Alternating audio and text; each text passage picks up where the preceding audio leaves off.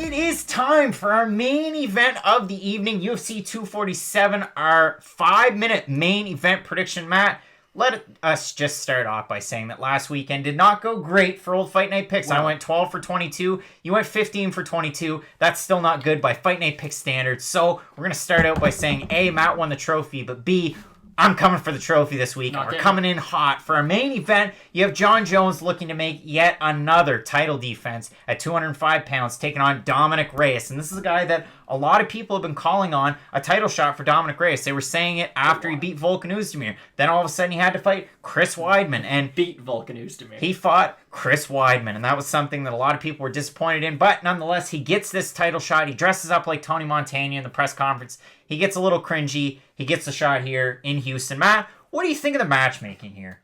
Okay, so 205 is in this really weird position right now because you have all these guys who are coming up, and you can see that eventually one day they're going to be ready to challenge for the title. But Jon Jones, he's just so dominant that after 1 or 2 wins, it's kind of the opposite of 125. It's just Jon Jones has already beaten everyone, so now they kind of have to fast-track people to a title shot. And I think we can both agree. Chris Weidman right now is 5... He's lost 5 of his last 6, all by knockout. You should not get a title shot because you knocked out Chris Weidman in the first round. It's a good victory, don't get me wrong. You defended a good takedown, you knocked him out. But I do not think that's a title eliminator kind of a fight. I understand Anthony Smith was injured, so you couldn't really have them fight. So coming off a controversial win to Volkan Oezdemir, which the vast majority of people thought Oezdemir won. And I know we can say that, but Dominick Reyes did get the nod no matter what. So Dominick Reyes won a split decision over Volkan Oezdemir, and he won by first round knockout over Chris Weidman. And let's be honest, if you're not beating Chris Weidman by first round knockout, I don't know what's wrong with you at this point.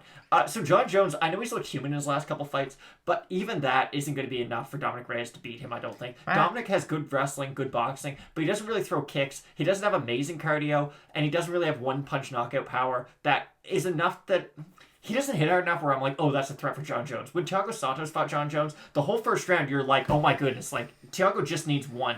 Dominick Reyes doesn't really have that similar kind of power. He has good power, but nothing that I'm like, oh no, he can put Jon Jones away with one shot. So I just feel like Jon does everything better than Reyes. This isn't a case where I can see, oh, Reyes has 1 or 2 different skills that he can really bring to the table and challenge Jones. I just think Jones does everything a little bit better than Reyes. Matt throwing shade at a guy that's 17-0, pro and amateur, and of those 17 wins, 12 first-round finishes. So you can certainly get it done in the first round. You can get it done against guys that are not blown up middleweights who are late in their career who just continue to be finished. I think it's a good opportunity for Dominick Reyes, and I think he was already in that title conversation, but the fact that Santos is injured and can't challenge for the rematch. Smith is injured, even though he beat Gustafsson, and now he's fighting Glover Teixeira, which is a little strange. Poor Glover. And then Dominick Reyes, he was already in position. If you beat Weidman, here you go, and now you get the shot. It's kind of like when Petr Yan fought Uriah Faber, but even he didn't get a title shot. But the difference was Yan had top 5 wins up until that point, and just the way he fights, you can't really deny him a title shot. And here's the thing, you can get a title shot off 2 things, either talking your way in, or losing twice in a row. Either talking your way in, having exciting fights, or winning. I guess there's 3 ways. If you're exciting enough, you will get that title shot. We saw that with Thiago Santos. Did he really deserve it at the time? Not really. He was just finishing people left, right, and center, so you couldn't deny him. Dominick Reyes hasn't had that, though. But he just keeps winning. That's the thing. He does, but he's not really beating the best. Like, if you beat the best, then you'll fight the best.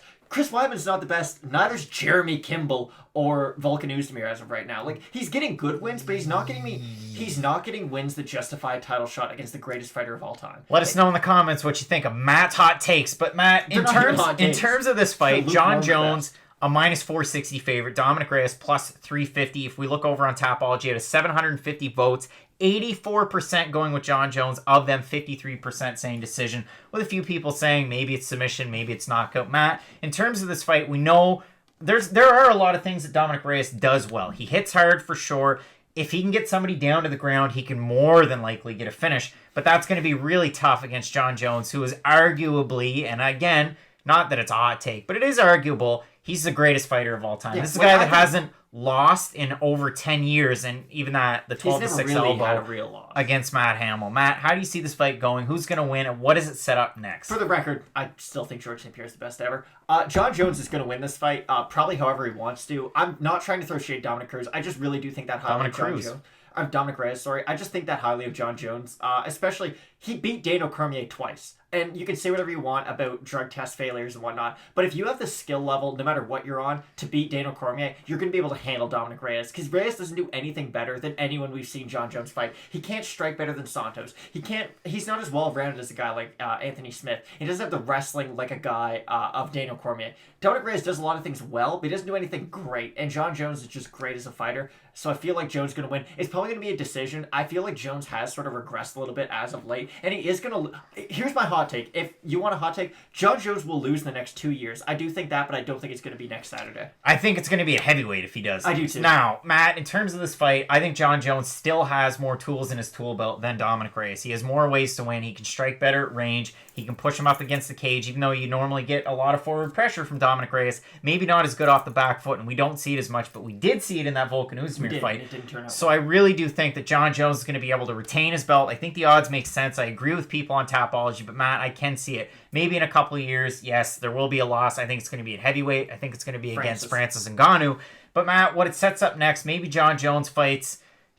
whoever pops up. The flavor of the month. I'm assuming the winner of Jan Blachowicz and Corey Anderson will get it. Maybe they do the winner of that fights the winner of Glover and Anthony Smith. But we've already kind of seen all those matchups already. The only reason that I could see Corey Anderson not getting it if he beats Jan, they might make Corey Anderson fight Anthony Smith, and Jan might do what Anderson Silva used to do. Before Anderson Silva fought at 205, he would just fight good guys up a weight division just to show how good he was. Then he'd go back down to his natural one. I think that's what they're going to do with Jones. I feel like Jones is going to beat a heavyweight who's good.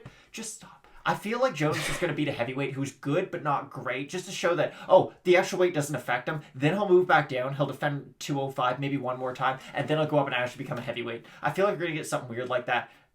No matter what, Dominick Reyes is not beating Jon Jones. That's all I can guarantee. I think you're wrong there. If he moves up 265, it's for hardware. He's going to do that. He's going to pack on all the muscle. He's going to stay at 265. He's going to give up on 205. Once you defend, and that's going to be... But Matt, it is just a weird time. It's a weird time to be an MMA fan, but it's not a weird time to be a Fight Night Picks fan, and you do not want to miss the rest of our UFC 247 predictions. Matt, banging card. All right, here. Make sure you check them out there. We're going to be just having a ball tuning into this card, so you're not going to want to miss it with Fight Night Picks. Matt, let's get into it.